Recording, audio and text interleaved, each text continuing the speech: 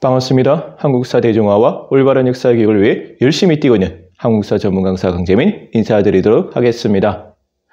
오늘은 지난주에 이어서 고려의 법과 제도를 완성한 그 유명한 성종에 대해서 한번 알아보도록 하겠습니다.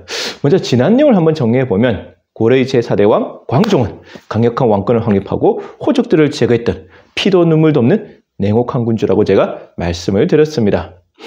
역사적으로도 굉장히 중요하고 시험에도 굉장히 자주 나오는 별 5개짜리 왕이라고 제가 강조를 했으니까 잘 기억해 두셔야 됩니다.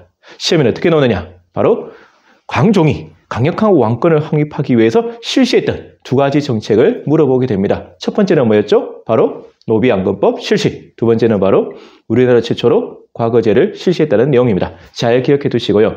아무튼 이 광종은 정말 극과 극의 평가를 받고 있는 논란 속의 군주라고 할 수 있습니다.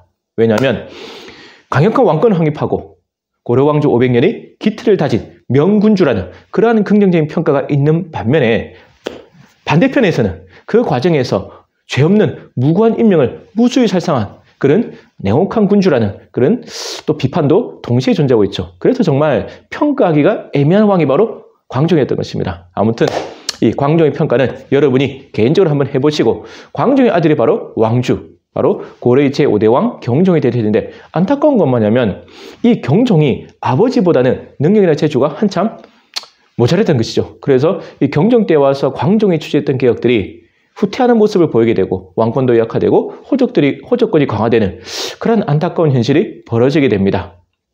이 경종한테 원자였던 목종이 있었는데 경종이 죽고 나서 이 원자였던 목종이 나이가 너무 어렸습니다. 그래서 성종이 대신 즉위하게 된 것이죠. 정말 어부지리로 즉위하게 된 왕이 바로 오늘의 주인공 고려의 제6대 왕 성종이 되십니다.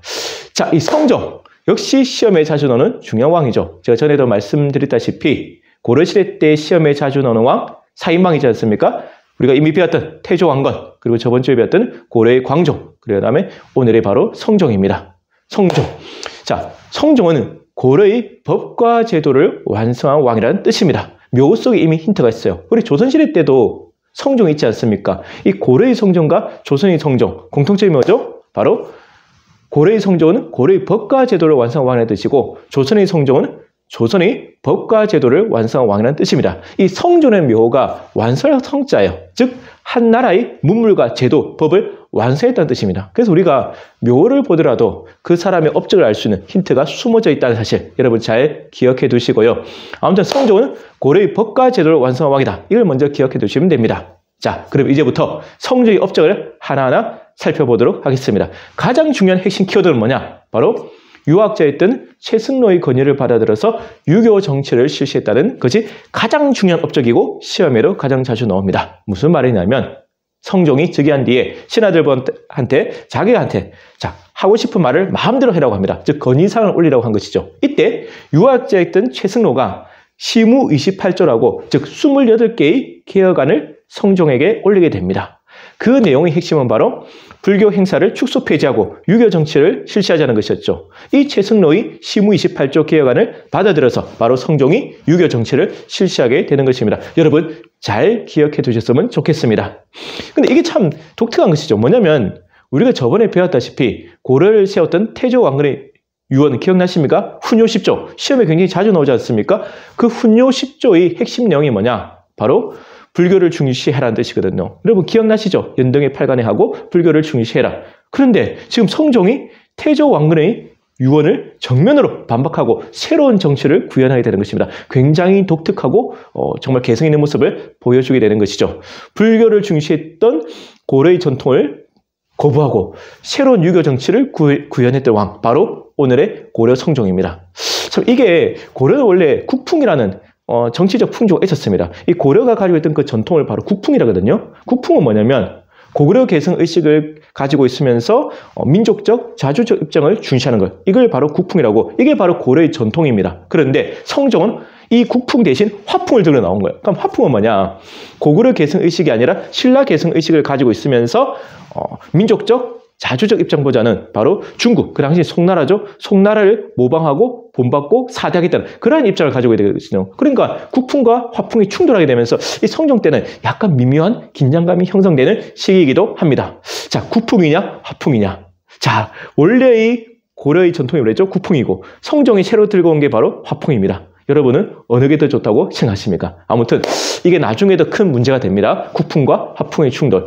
자, 그리고 그 다음 업적은 뭐냐면 바로 고려의 중앙행정제도였던 이성육부제를 확립했다는 것입니다.